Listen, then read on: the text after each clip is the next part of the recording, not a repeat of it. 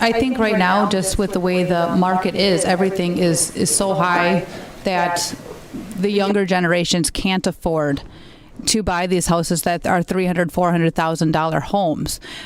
So getting more information about this next generation housing program project that they're working on in the next 6 months to a year here, finding more about that and see what we can do to help some of those younger folks join our community and be able to start families here without having to worry as much about having an apartment and stuff, being able to still get some equity and not having to pay $400,000 for a home. Tracy, thank you. Debbie Kurtz, you're up next. The question is, what is your assessment of the residential housing needs in the village of Jackson? Really can't answer that much because I haven't been on the board for a while, so I really don't. I'm out of that loop. I don't know what's going on with that. Okay, that's all right. Move on to Brian, please.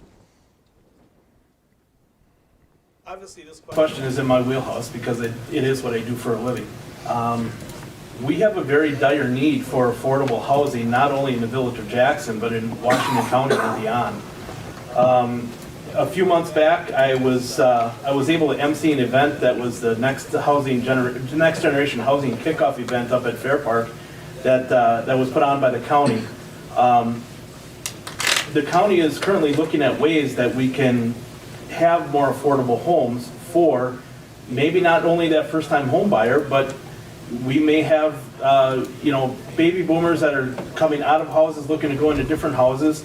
Retirement age, your income and things like that are going to change, so everything changes.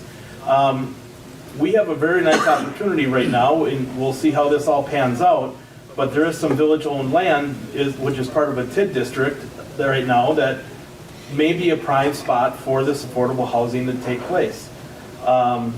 There's a lot of spinning wheels on it right now, but things hopefully will all come together. A prime example is the fire department. So we are a mix of it's a combination fire department with full-time personnel, but mostly the biggest majority of it is made up of paid-on-call personnel that respond in from home when there is a call. We have at least one or two personnel right now that they would love to be able to stay on the fire department, but they can't afford to live in the village. So we have to work on being able to get affordable housing into the village to allow those people to stay in the village and be able to function in police, fire, DPW, things like that. So again, hopefully we can work something out with this next generation housing project and bring something into the village for them. Thank you. Brian, thank you much. And John, you get to wrap up this particular question.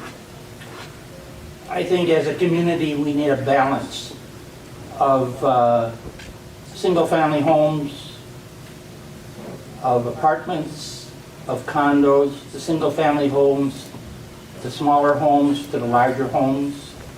Someplace for the first-time person coming in, maybe it's an apartment, maybe that's their bag. From the apartment they can maybe work up into a condo or work up into a smaller single-family home.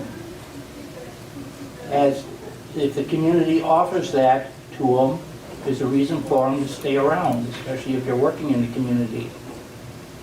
We also look at the elderly population that are in their single-family homes. Well, maybe it'll get to the point that they don't feel that they're comfortable in a single-family home, but they want to be on their own.